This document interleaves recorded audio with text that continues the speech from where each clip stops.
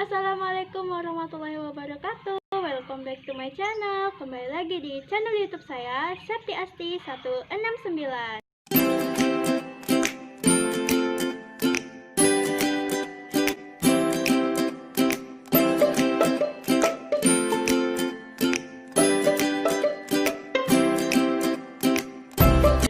Selamat pagi teman-teman, semoga sehat selalu dan tetap semangat ya. Hari ini kita akan membahas tentang limit fungsi aljabar. Jadi buat teman-teman, terus saksikan video ini sampai selesai ya. Dan jangan lupa untuk like, subscribe, and share video YouTube ini. Selamat menyaksikan. Oke teman-teman, hari ini kita akan membahas tentang limit fungsi aljabar. Tapi sebelum itu, kita harus tahu apa itu pengertian atau definisi dari limit tersebut. Jadi, limit merupakan konsep matematika yang artinya mendekati nilai suatu bilangan tertentu.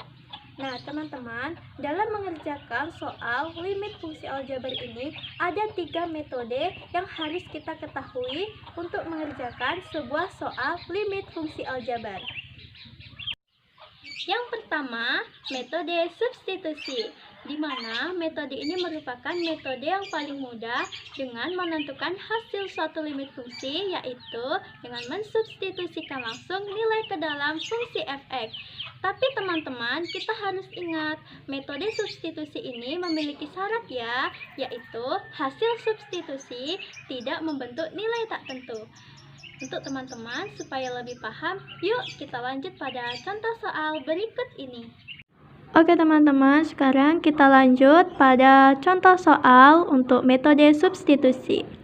Misalnya, diketahui limit x mendekati 3 sama dengan x kuadrat dikurang 4 per x tambah 2. Nah, di sini kita akan mensubstitusikan, yaitu mengganti x dengan angka 3. Sehingga didapat 3 kuadrat dikurang 4 per 3 ditambah 2. Sama dengan 9 dikurang 4 per 3 tambah 2.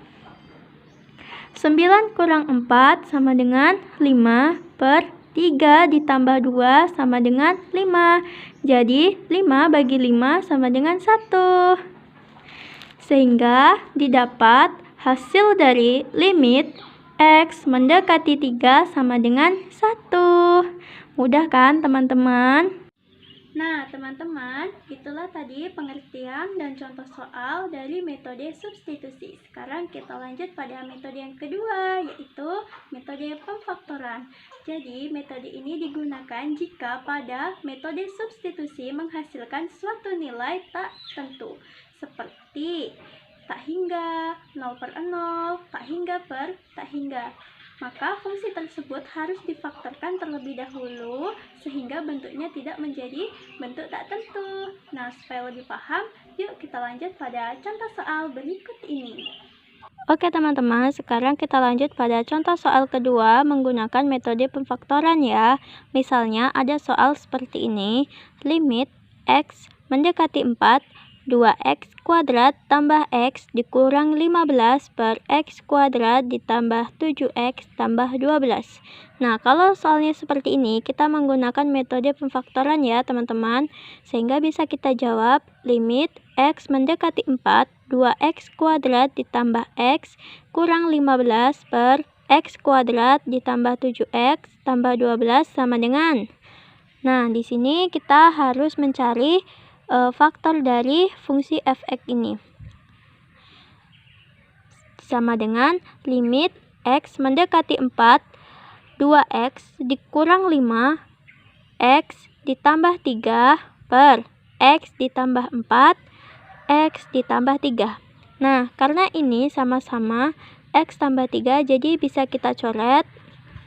Sehingga yang tersisa adalah 2x dikurang 5 per x ditambah 4. Maka kita tulis dulu limit x mendekati 4, 2x kuadrat ditambah x dikurang 15 per X kuadrat ditambah 7X tambah 12 sama dengan limit X mendekati 4, 2X kurang 5 per X ditambah 4. Nah, kalau sudah sampai sini, nah kita bisa menggunakan metode substitusi, yaitu mengganti X dengan angka 4. Kemudian kita tulis limit X mendekati 4, 2X kuadrat ditambah X dikurang 15 per X kuadrat ditambah 7X tambah 12 sama dengan, nah di sini kita mensubstitusikan X ini kita ubah menjadi 4. Nah, berarti 2 dikali 4 kurang 5 per 4 ditambah 4. Sehingga kita tulis limit X mendekati 4, 2X kuadrat ditambah X kurang 15 per X kuadrat ditambah 7X tambah 12 sama dengan 3/8. Nah, jadi teman-teman, mudah kan cara pemfaktoran dan cara substitusi? Mudah kan? Nah, teman-teman, itu tadi contoh soal dan pengertian dari metode pemfaktoran. Sekarang kita lanjut pada metode yang terakhir, yaitu metode perkalian dengan akar sekawan. Nah, metode ini digunakan jika pada metode substitusi langsung menghasilkan nilai limit yang irasional. Biar kita paham, langsung saja kita lanjut pada contoh soal berikut ini. Oke teman-teman, sekarang kita lanjut pada contoh soal yang ketiga, yaitu menyelesaikan limit fungsi aljabar dengan metode perkalian akar sekawan. Misalnya, diketahui soal limit X mendekati 7, 2 dikurang akar X kurang 3 per X kuadrat dikurang 49. Sama dengan limit X mendekati 7, 2 dikurang akar X kurang 3 per, nah di sini kita akan mencari faktor dari X kuadrat dikurang 49. Nah, jadi faktornya itu adalah X dikurang 7, X ditambah 7. Dikali, nah di sini kita akan mengalikan dengan akar sekawan ya.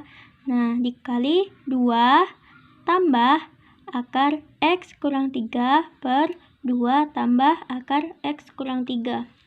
Sama dengan limit X mendekati 7, 4 dikurang X tambah 3 per dalam kurung X kurang 7 dalam kurung X tambah 7 dalam kurung 2 tambah akar X kurang 3.